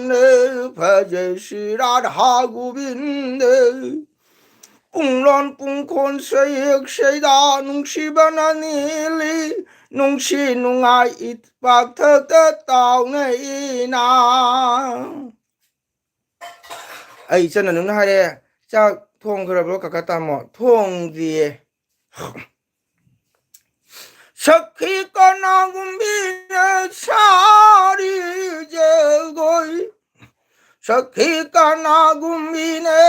हराव मथुई कारे फजै श्री राधा गोविंद मपु मपु खुदिंग मक्त श्री रूप मंजूरी न चामोन थौगंजै श्री गुण मंजूरी न चोरोन सेवा फंजै ꯑꯩ ꯊꯝꯃꯒꯦ ꯇꯧꯕ ꯑꯩꯒꯤ ꯈꯣꯜꯁꯦ ꯌꯥꯗꯦ ꯀꯩꯕ ꯈꯨꯟꯗ ꯏꯁꯩ ꯁꯛꯄ ꯂꯩꯇꯦ ꯍꯣꯏ ꯍꯣꯏ ꯍꯣꯏ ꯑꯗꯨꯝ ꯌꯥꯅꯤ ꯑꯗꯨꯝ ꯇꯧꯔ ꯑꯗꯨꯝ हल्लकनी श्री राधा गोविंद की आरती रसबू सच्चे संजय नानाय कृष्ण दासना ꯑꯩꯒꯤ ꯏꯁꯩꯁꯦ ꯇꯥꯕ ꯃꯇꯝꯗ ꯒꯨꯋꯥꯍꯥꯇꯤꯗ ꯑꯩꯒꯤ ꯏꯇꯩꯃ ꯑꯃ ꯂꯩ ꯑꯗꯣ ꯑꯩ ꯏꯇꯩꯃꯤꯡꯁꯦ ꯀꯥꯎꯈ꯭ꯔꯦ ꯑꯩꯒꯤ ꯏꯇꯩꯃꯁꯦ ꯃꯅꯥꯎ ꯏꯁꯩ ꯁꯛꯄ ꯌꯥꯝ ꯇꯥꯖꯕꯅꯤ ꯑꯩ ꯒꯨꯋꯥꯍꯥꯇꯤꯒꯤ ꯏꯇꯩꯃꯗꯨꯒꯤ ꯃꯅꯥꯎꯅꯨꯄꯤ ꯑꯩꯒꯤ ꯌꯨꯝ ꯊꯪꯅꯔꯦ ꯑꯩꯈꯣꯏ ꯏꯇꯩꯃꯅꯤ ꯑꯩꯒꯤ ꯏꯇꯩꯃ ꯑꯅꯨꯒꯤ ꯃꯆꯦ ꯒꯨꯋꯥꯍꯥꯇꯤ ꯂꯩꯕ ꯃꯥ ꯉꯁꯥꯏꯅ ꯇꯥꯔꯝꯃꯅꯤ ꯌꯦꯡꯉꯝꯃꯗꯤ ꯀꯣ ꯑꯩ ꯏꯁꯩ ꯍꯦꯛ ꯁꯛꯄ ꯈꯨꯗꯤꯡꯒꯤ ꯃꯥ ꯒꯨꯋꯥꯍꯥꯇꯤꯗ ꯐꯣꯟ ꯇꯧꯔꯛꯏ ꯑꯩ ꯏꯇꯩꯃꯗ ꯁꯨꯃꯥꯏꯅ ꯇꯧꯅ ꯃꯪꯒꯣꯟꯒꯤ ꯉꯁꯤ ꯏꯁꯩ ꯊꯥꯡꯒꯠꯂꯦ ꯌꯥꯝ ꯅꯨꯡꯉꯥꯏꯌꯦ ꯏꯁꯩꯗꯣ ꯇꯥꯕ ꯅꯨꯡꯉꯥꯏ ꯍꯥꯏꯅꯅꯦ ꯌꯥꯝ ꯍꯦꯛ ꯍꯦꯛ ꯍꯥꯏꯔꯛꯏ ꯃꯔꯛꯇ ꯌꯥꯝ ꯅꯨꯡꯁꯤ ꯑꯩꯈꯣꯏ ꯏꯇꯩꯃꯗꯣ राधे राधे जयो राधे माय इचननो थैंक यू मबुंग हैतबना सकपा इसै से जय राधे इचन अदुनिदना मबुंग सिबाइदो चुम्मी मपानदा लेरबसु ईश्वरगी थवाई जागदबनी ईश्वर नाम थवाई जागदबनी ईश्वर नाम सोंगदबनी नोमतंग ओरसु मतमम ईश्वर सेवा काउदमी को इचनबु थागतचरी नबुंगना मतम पुमदा इचनबु सपोर्ट तौजरी नबुंग लरी मखै को अदो नंग अंगांग लाइक तौरबदी नंग पोथारो को अंगांग सिंग लाइक फनबा होनो अदुनी मयाम अदो गुवाहाटी के कोई इतै मदो मा सोइदना म जारगा तौदि फोन तोरम हुई जाय कोई इतै मदा स्वातना ऐसे मयामना कोई इतैमना सामु हाइसु कौरी को कोई तादु दुना गुना सामु हाइ कौरी नुसीदना को इतैमना सामु कौरी अदो गुवाहाटी इतैमना हाय मनी इतै मनुदा नो स्वातना सामु दो इसै सगले गसी लाइफ ता याम नुसिए काय सा हाइरमनी मयाम को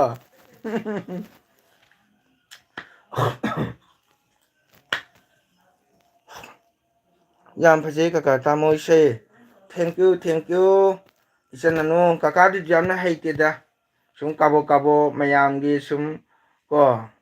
सेवा चतपा मयामगी ओजा सिंग लेतबदगी मयामगी सुम खरा खरा दुम सकपनिदा इसै सकपा फावबो नतियाबो को अदो मयाम लाक्पियो अतै मयाम लाक्त्री कोई सोमिलासु लाक्त्री मा सिलचा झालुकपुरा दगिना टाउन नकपनिना टाउन कोइबो चखिब्रा खंगे ngasi se ngasi de odibas ni bel sosti ni minina khoi somela laktri do mayam sinau kana kana karino amta comment ibirak comment ibiro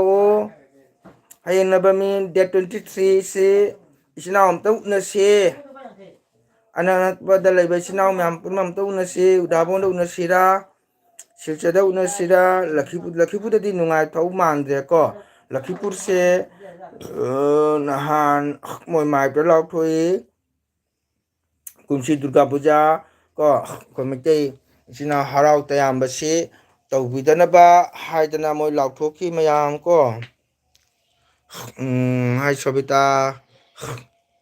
moi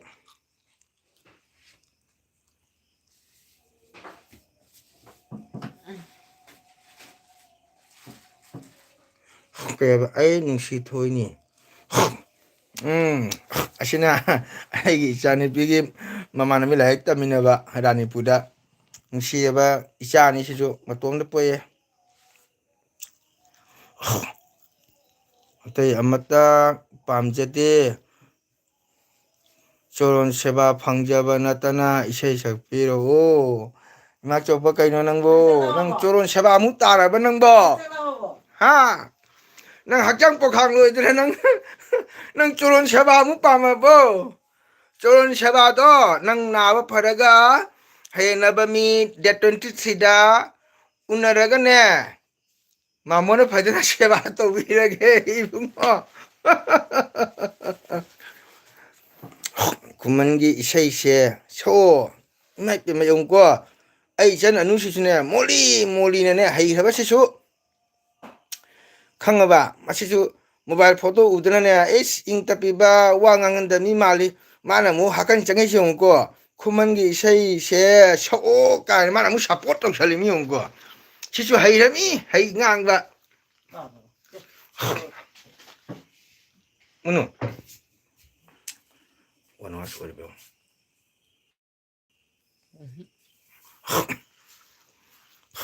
atay ama pam judi choron ge seba phangjaban tna atay ama pam judi Kaveri Sharma hai imai mainu macha se kuire he udaba aigi mainu macha la Krishna pugini jamnung shiba thaurani bhamon machani janung si ichan se magi samtamda mabungi channel siga janmiyang tai mag like torkani madagari comment irakani ase Krishna pugini ꯑꯩꯒꯤ ꯏꯆꯟ ꯁꯜꯃꯥꯁꯦ ꯑꯩꯅ ꯃꯥꯏ ꯅꯨꯡꯁꯤꯗꯅꯀꯣ ꯃꯥꯛꯁꯦ ꯅꯨꯡꯁꯤ ꯑꯉꯥꯡꯅ ꯑꯩꯅ ꯃꯥꯏꯅꯨ ꯃꯆꯥ ꯍꯥꯏꯅ ꯀꯧꯏ ꯑꯗꯣ ꯌꯥꯝ ꯅꯨꯡꯁꯤꯕ ꯕꯥꯃꯣꯟ ꯃꯆꯥꯅꯤ ꯃꯌꯥꯝ ꯑꯩꯒꯤ ꯏꯆꯟ ꯀꯩꯅꯣ ꯊꯧꯔꯥꯅꯤ ꯃꯆꯥ ꯀꯥꯕꯦꯔꯤ ꯁꯔꯃꯥꯒꯤ ꯆꯦꯅꯦꯜꯁꯨ ꯃꯌꯥꯝꯅ ꯁꯞꯄꯣꯔꯠ ꯇꯧꯕꯤꯌꯨ ꯃꯌꯥꯝ ꯀꯩꯒꯨꯝꯕ ꯆꯦꯅꯦꯜ ꯑꯝꯇ ꯇꯥꯔꯒꯁꯨ ꯀꯅꯥꯒꯨꯝꯕ ꯀꯥꯟꯅꯩ ꯑꯝꯇꯁꯨ ꯀꯥꯟꯅ ꯇꯧꯕꯤꯌꯨ ꯁꯕꯁꯀ꯭ꯔꯥꯏꯕ ꯇꯧꯕꯤꯌꯨꯀꯣ ꯃꯌꯥꯝ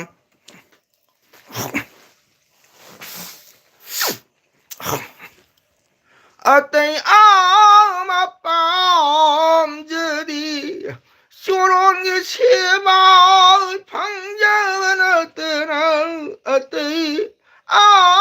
ꯑꯄꯥꯝꯖꯔꯤ ꯑꯁꯤꯒ ꯂꯣꯏꯁꯤꯜꯂꯁꯤ ꯏꯃꯥ ꯈꯨꯃꯟ ꯃꯈꯥ ꯆꯣꯟꯊꯔꯤ ꯃꯌꯥꯝ ꯀꯞꯅꯔꯛꯑꯅꯤꯀꯣ ꯃꯊꯃꯣꯏ ꯄꯨꯉꯝꯗꯅ ꯀꯞꯄꯛꯄ ꯇꯥꯔꯦ ꯃꯊꯃꯣꯏꯒ ꯅꯨꯡꯁꯤꯕ ꯐꯥꯎꯔꯛꯀꯅꯤ ꯃꯌꯥꯝ ꯁꯣꯕꯤꯇꯥ ꯁꯤꯡꯍꯅ ꯋꯥꯎ ꯋꯥꯎ ꯋꯥꯎ ꯋꯥꯎ ꯋꯥꯎ ꯋꯥꯎ ꯋꯥꯎ ꯋꯥꯎ ꯋꯥꯎ ꯋꯥꯎ ꯋꯥꯎ ꯋꯥꯎ ꯍꯥꯏꯔꯦ ꯁꯣꯕꯤꯇꯥꯅ ꯋꯥꯎ ꯍꯥꯏꯔꯦ ꯊꯦꯡꯀ꯭ꯌꯨ ꯌꯥꯝꯅ ꯐꯖꯩꯅ ꯐꯖꯔꯤꯁꯤ ꯀꯩꯅꯣ ꯏꯁꯩ ꯐꯖꯔꯤꯔꯣ ꯏꯁꯩ ꯐꯖꯩ ꯍꯥꯏꯔꯣ ꯁꯣꯕꯤꯇꯥ ꯍꯣꯏꯗ ꯁꯨꯝ ꯃꯇꯧ ꯃꯥꯟꯅꯕ ꯁꯛꯄꯅꯤ ꯀꯣ ꯃꯇꯧ ꯃꯥꯟꯅꯕ ꯁꯛꯄꯅꯤ ꯏꯁꯩꯁꯦ ꯁꯨꯝ ꯑꯇꯩ ꯑꯝꯇ ꯂꯥꯛꯇꯦ ꯑꯩꯈꯣꯏ ꯁꯣꯃꯤꯂꯥ ꯂꯥꯛꯇꯦ ꯑꯗꯒꯤꯗꯤ ꯑꯩꯗꯤ ꯃꯌꯥꯝꯒꯤ ꯃꯃꯤꯡꯁꯦ ꯀꯥꯎꯒꯣꯜꯂꯤ ꯍꯦꯛꯇ ꯃꯥ ꯃꯥꯏ ꯆꯦꯅꯦꯜꯁꯦ ꯑꯩꯈꯣꯏꯒꯤ ꯏꯆꯟ ꯑꯃꯁꯨ ꯂꯩ ꯃꯅꯤꯄꯨꯔꯒꯤ ꯀꯩꯅꯣꯗ ꯂꯩꯕ ꯒꯨꯖꯔꯥꯠꯇ ꯀꯩꯅꯣ ꯂꯩꯕꯅꯤ ꯃꯥ ꯑꯃ ꯂꯥꯛꯇ꯭ꯔꯤ ꯑꯗꯣ ꯃꯌꯥꯝ ꯀꯅꯥꯝꯇ ꯍꯥꯏꯔꯛꯇꯦꯁꯦ ꯑꯩꯅ ꯉꯁꯥꯏꯗꯒꯤ ꯗꯨꯔꯒꯥ ꯄꯨꯖꯥꯗ ꯑꯩꯈꯣꯏ ꯏꯆꯤꯟ ꯏꯅꯥꯎ ꯑꯝꯇ ꯎꯅꯁꯤ ꯃꯌꯥꯝ ꯍꯥꯏꯕꯁꯦ ꯀꯅꯥꯝꯇ ꯈꯨꯝꯃꯛꯇꯦ ꯀꯁꯥꯔꯗ ꯂꯩꯔꯤꯕ ꯏꯆꯤꯟ ꯏꯅꯥꯎ ꯑꯝꯇꯪ ꯃꯌꯥꯝ ꯈꯨꯝꯃꯛꯑꯣ ꯁꯤꯜꯆꯔꯗ ꯎꯅꯁꯤꯔꯥ ꯃꯗꯒꯤꯗꯤ ꯎꯙꯥꯕꯣꯟꯗ ꯎꯅꯁꯤꯔꯥ ꯂꯛꯈꯤꯄꯨꯔꯗ ꯎꯅꯁꯤꯔꯥ ꯌꯥꯝ ꯅꯠꯇꯦꯗ ꯏꯆꯤꯟ ꯏꯅꯥꯎ ꯅꯨꯡꯁꯤꯅꯕꯗꯣ ꯑꯝꯇꯪ ꯎꯃꯤꯟꯅꯔꯒ ꯀꯣ ꯌꯥꯝ ꯅꯠꯇꯦꯗ ꯆꯥꯅꯦ ꯆꯥ ꯄꯦꯛ ꯑꯃꯃꯝꯇꯪ ꯊꯛꯃꯤꯟꯅꯁꯤ ꯆꯥ ꯄꯦꯛ ꯑꯃꯃꯝꯇꯪ ꯄꯦꯛ ꯍꯥꯏꯁꯦ ꯃꯣꯏꯒꯤ ꯌꯨ ꯅꯠꯇꯦꯀꯣ ꯁꯪꯒꯣꯝ ꯑꯃ ꯆꯥꯗꯣ ꯄꯦꯛ ꯑꯃꯃꯝꯇꯪ ꯀꯣꯐꯤ ꯐꯨꯇꯥ ꯑꯃꯃꯝꯇꯪ ꯊꯛꯃꯤꯟꯅꯁꯤꯀꯣ ꯑꯝꯇ ꯍꯥꯏꯔꯛꯇꯦ ꯀꯅꯥꯝꯇ ꯍꯥꯏꯔꯛꯇꯦ ꯒꯨꯖꯔꯥꯠꯀꯤꯗꯣ ꯑꯩ ꯀꯧꯔꯛꯀꯦ ꯏꯆꯟ ꯑꯅꯨꯅ ꯀꯧꯔꯗꯤ ꯑꯩ ꯃꯥꯒꯤ ꯀꯣꯃꯦꯟ ꯑꯩ ꯄꯥꯔꯣꯏ ꯑꯩꯅ ꯌꯥꯝ ꯅꯨꯡꯁꯤꯕꯅꯤ ꯑꯗꯣ ꯐꯅ ꯀꯨꯏꯔꯦ ꯃꯥ ꯑꯩ ꯄꯨꯡ ꯑꯃ ꯐꯥꯔꯛꯀꯗꯧꯔꯦ ꯃꯥ ꯍꯧꯖꯤꯛꯐꯥꯎ ꯃꯥ ꯀꯀꯥ ꯇꯥꯃꯣꯒꯤ ꯆꯦꯅꯦꯜ ꯑꯩꯒꯤ ꯂꯥꯏꯐ ꯊꯥꯏꯁꯤ ꯃꯥ ꯎꯅ ꯃꯥ ꯌꯦꯡꯗ꯭ꯔꯤꯅꯤ ꯃꯥ ꯀꯥꯡꯁꯣꯏ ꯊꯣꯡꯅ ꯂꯩꯔꯝꯒꯅꯤꯗꯣ ꯃꯗꯩ ꯆꯝꯐꯨꯠ ꯐꯨꯠꯅ ꯂꯩꯔꯝꯒꯅꯤ ꯆꯨꯝꯊꯣꯡ ꯊꯣꯡꯅ ꯂꯩꯔꯝꯒꯅꯤ ꯃꯗꯒꯤꯗꯤ ꯈꯥꯡꯗ ꯃꯗꯨꯒꯤ ꯕꯨꯟꯖꯤꯌꯥ ꯃꯗꯨꯒꯤꯗꯤ ꯕꯗꯥꯝ ꯃꯗꯨꯒꯗꯤ ꯑꯩꯈꯣꯏꯒꯤ ꯆꯅꯥ ꯉꯧꯅ ꯂꯩꯔꯝꯒꯅꯤ ꯃꯥ ꯀꯦꯆꯤꯟꯗ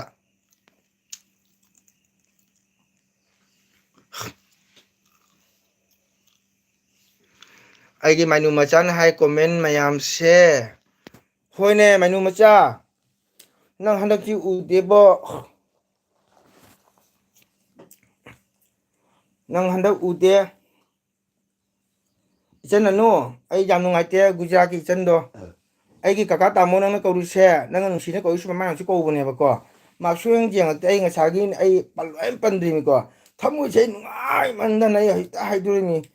ꯃꯥ ꯁꯣꯏꯗꯅꯅꯦ ꯍꯤꯟꯖꯥꯡ ꯆꯝꯐꯨꯠ ꯐꯨꯠꯇꯅ ꯀꯥꯡꯁꯣꯏ ꯊꯣꯡꯗꯅ ꯃꯗꯒꯤꯗꯤ ꯑꯉꯧꯕ ꯑꯔꯥꯛꯄ ꯇꯧꯗꯅ ꯂꯩꯔꯝꯒꯗꯧꯅꯤꯃ ꯀꯔꯤ ꯍꯥꯏꯕ ꯈꯣꯟꯖꯦꯜꯗꯣ ꯌꯥꯝꯅ ꯐꯖꯩ ꯀꯥꯏꯅ ꯅꯪ ꯉꯁꯤ ꯇꯥꯏꯔꯅꯤ ꯏꯃꯥꯛ ꯅꯪꯕꯣ ꯍꯣꯏꯗ ꯑꯗꯨꯝ ꯀꯥꯕꯣꯛ ꯀꯥꯕꯣꯛꯅꯤꯗ ꯉꯥꯡꯅ ꯑꯗꯨꯝ ꯁꯛꯏꯃꯤꯗ ꯅꯪꯅ ꯇꯟꯕꯗꯣ ꯁꯨꯝ ꯁꯛꯄꯅꯦ ꯈꯨꯃꯟ ꯅꯤꯡꯊꯧ ꯁꯨꯝ ꯍꯩ ꯄꯣꯟꯇꯦꯗ ꯁꯨꯝ ꯀꯥꯕꯣꯛ ꯀꯥꯕꯣꯛꯅꯤꯗ ꯃꯌꯥꯝ ꯑꯗꯣ ꯃꯌꯥꯝ ꯏꯆꯤꯟ ꯏꯅꯥꯎ ꯂꯥꯛꯄꯤꯌꯣ ꯗꯦꯠ 17ꯗ ꯂꯥꯛꯇ꯭ꯔꯤ ꯀꯔꯤꯒꯤꯅꯣ ꯑꯣ ꯃꯥꯏꯅꯨ ꯃꯆꯥ ꯅꯪꯅ ꯅꯣꯡꯃ ꯗꯦꯠ 17ꯗ ꯂꯥꯛꯑꯒ ꯃꯨꯛꯕꯥꯡ ꯇꯧ ꯍꯥꯏꯕꯗꯣ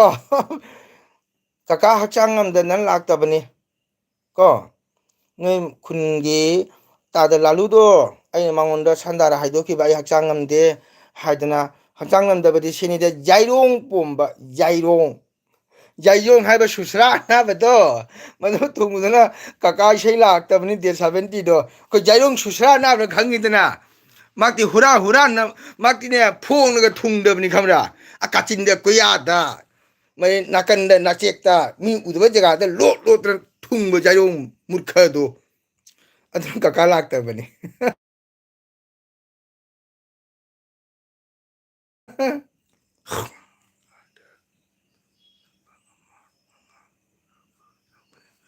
어 마수 keba jinbani moi ada laminaba ama angang unaba jawbani hoi hoi chilamba su jai ai dine china gai thau na ko maki comment se ta omi hau su like to dimi ma angang unaba du man unado ro ha doctor na nasna unaba dum ne ba sum hari mida warau de da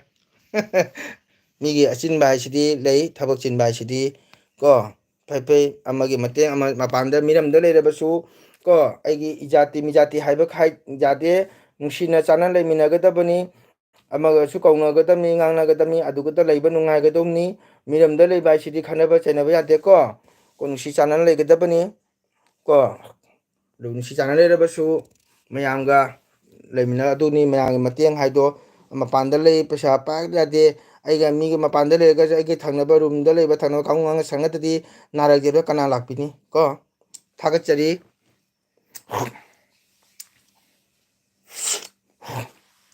ate mayam lakpiro ai lo sanjarage mayam ado mayam sinau kaidobage aba aina ngasai durga puja samtong mayam sakhang unasi haibu kana to comment hambiraktre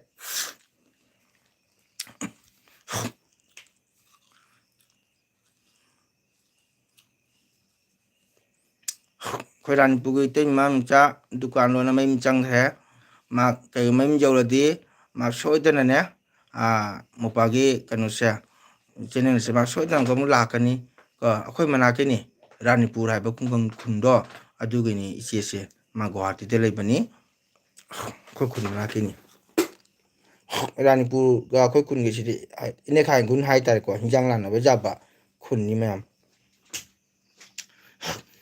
aidi durga puja numise mayam labasu khara thengna unani aidi tang kulumdo nabam numise ayukta kasa bon terapuda phiroi chatkani maduloramaga kasa sirba kontrola kaida sorat ama isai sakani madulorega ai durga puja koiba chakani mayam isinau lakyu ado amtang youtube channel le biriba koi local le mai isinau kana gumle matagadi amtang lakpio unasi udhabongi puja su jam phajai ai ngasai thangasarabani sanda matungda udhabongi durga puja ge pendal jam phajai mayam ngarang ai jeng khu phajamni ko madugo unarasu koi sina mayam tang harau tayam nungsi chanana chaka thamina simaya ado karigumba phangar tagasu contact number call to biro mayam ko amtang unasi haibanda harau tayam na ko saka makhana si adugade mingdi kaure mayam lebani moyam to langadri mayam hona sandani matungna angang singlai toba cha sing thong matam ni ain toye matam di kaira mare ko mayam matam di kaira mare ado karigumba durga puja gi se mayam isina amata comment hanbirakte comment ibiraktre kaidonaraba ado puja gi se ko mayam unasi hai targade ai lamba di haijarake ai lamba 8822872349 se contact number call to biro mayam durga puja nimita ko isina amta si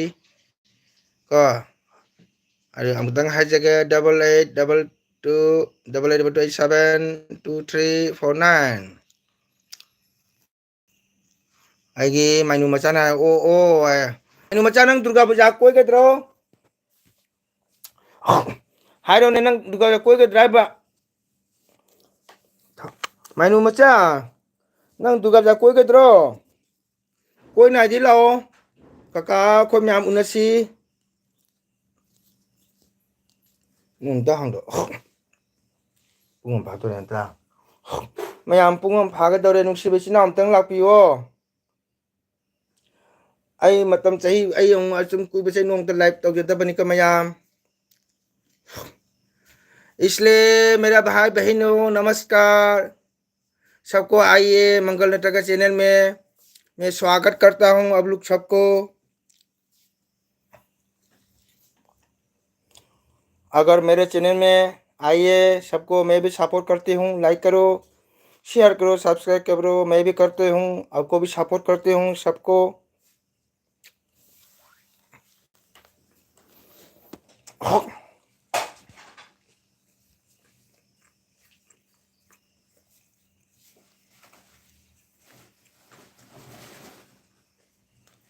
अखोगी कसा नंदी इचन नंदी लापा उदे माक्से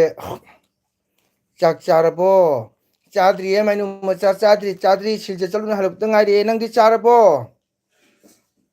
मैनु मचा नंग दुर्गा पूजा कोई लाकद्र सिलचदा अदो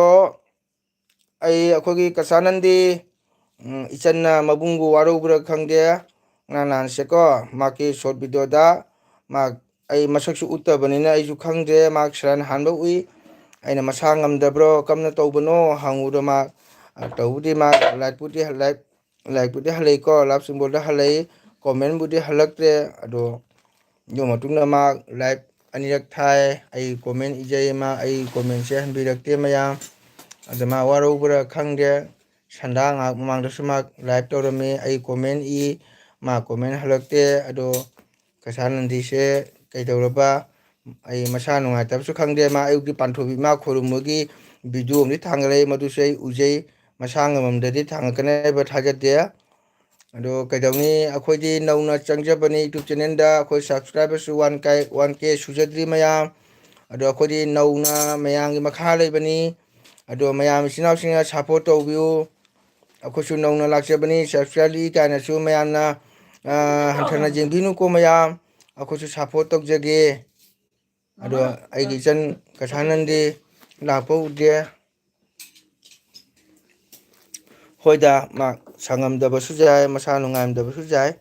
ado aidi naba pharo kaigi nagadom no khomyam le sidi aina ai haidi haki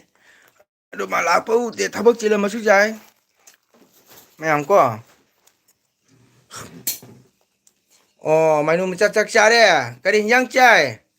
nang chak charaba hangi aina chadri hai nang chare hai aina o phare kari yang chai hange nang durga puja koi ba lakadro silchar da ladi nangi kurkuri chana ba pisa hapkani kakana lakani bego nang kamkan lakani kaka manggonda kol toro kaka manggolo khamyang unasi ko adon kaka manggol gidi lambar ngasai hagi duni ado kol toro kaka manggolo su koi ba lakani durga puja ado unasi isinau ko mainu macha nangdi ngatang unai duni kaka ga isai lakpada krishna puja nang su nei nangi de 17 do kaka changam dan lakta bani ko ado nang ladi kaka manggol da phone toro kaka su lakani ko duga isinau unasi nang du thangalong ne video do hanak ude ne thangal ma su jai kaka na sangdana su tom du jai engadi eng ai yengani lakan ne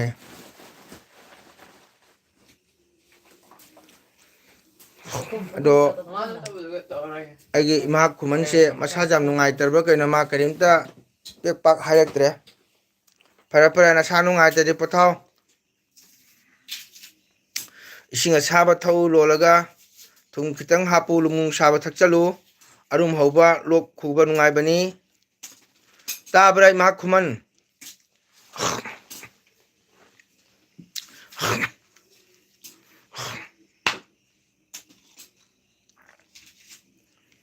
ado mayam su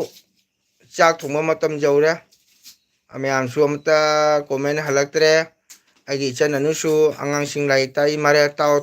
cha sing thongo kaka tamo su patharage ado gujarati agi chan amba wahi amba comment irekta base ai jam nungaite ado okay mayam ngasi gi oinadi mayam isina nusiraba isina mayamna mango natagi channel live comment ibirabagi damakta thagatchari isina mayam punamapu adu matam punamakta ainasu mayambu support tawjari okay mayam bye good night